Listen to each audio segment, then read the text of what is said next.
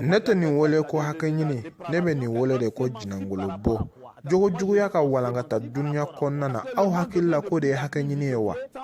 Ka jinangolo bo ke hakanyini mawbe sigi ka olaje television ni fam bela jelenfe au hakilla ko de hakanyini. Musomani ka jenea ke ni ajjenea ke nyogon ye ko ba warbe akun au hakilla o de hakanyini ye. Demsen ka fo afama ko imbecile wala malangolo au hakilla ko de hakanyini ye.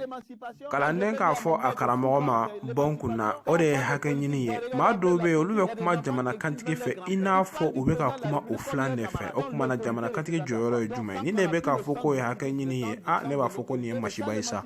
Ah non, moi j'ai dit qu'il y a un danger, il y a un problème.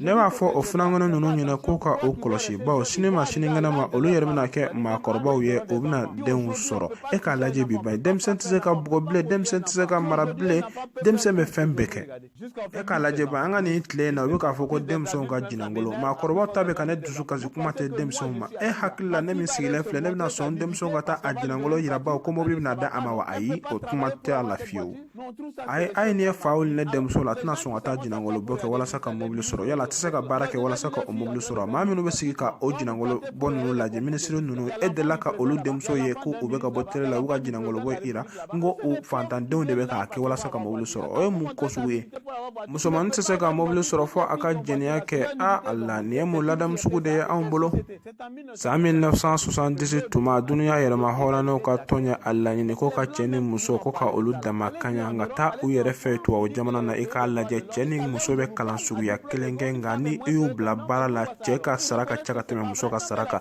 olu mbeka ni fo yere olu yere dalinte okumana ni diplôme kodo ne kati oma cheni muso au shimana kalan sugu minke au bebe se ka dama kanya ola nga cheni muso kana meri la ka fo kubina furu siri ke meri ka papier taga di cheni muso ma ka fo ka au bela jele ne nyema ne ko rete chien obiseka ke chokodi ay avion kono wala baton kono nyema ay klene nyema te fly fio ay bawan fe chema be musoma do musoma fana be chema do ko e chema de Se reconnaît, le mal se reconnaît. La nudité, parce qu'on va lui donner une voiture. Attendez, ça va pas, non? Elle ne peut pas travailler pour avoir cette voiture. Non, on trouve ça que c'est des choses normales, Miss. Alors, les gens qui s'en vont s'asseoir pour regarder Miss, là, les ministres autres là. Vous avez déjà vu leur fille en train de faire Miss? Non, dites-moi. Quand vous partez pour regarder les concours de Miss là, il y a l'enfant du préfet là-bas, il y a l'enfant d'un ministre là-bas, il y a l'enfant du président de la République là-bas. C'est des pauvres qui viennent là parce qu'ils vont avoir voiture. Attends, pour montrer ta nudité pour avoir voiture, tu ne peux pas avoir une voiture. Toutes les filles qui ont voiture là, c'est leur nudité, elles ont montré. C'est une fierté ça. C'est quelle société? C'est en 1970 à côté que l'ONU a décidé égalité d'accès à l'éducation. Mais les blancs même qui vous ont parlé de ça là, allez-y en Europe, allez-y en France, qui dit qu'il est le pays des droits de l'homme. Jusqu'à l'heure où je vous parle, à diplôme égaux, une femme est moins payée qu'un homme. Et pourquoi ça alors? Ils reconnaissent que c'est pas vrai. Non mais la femme ne sont pas égaux, ils sont complémentaires. Si c'est question de diplôme dans la société, c'est pas de ça moi je parle. Une femme qui est ingénieure, un homme qui est ingénieur, ce sont les mêmes connaissances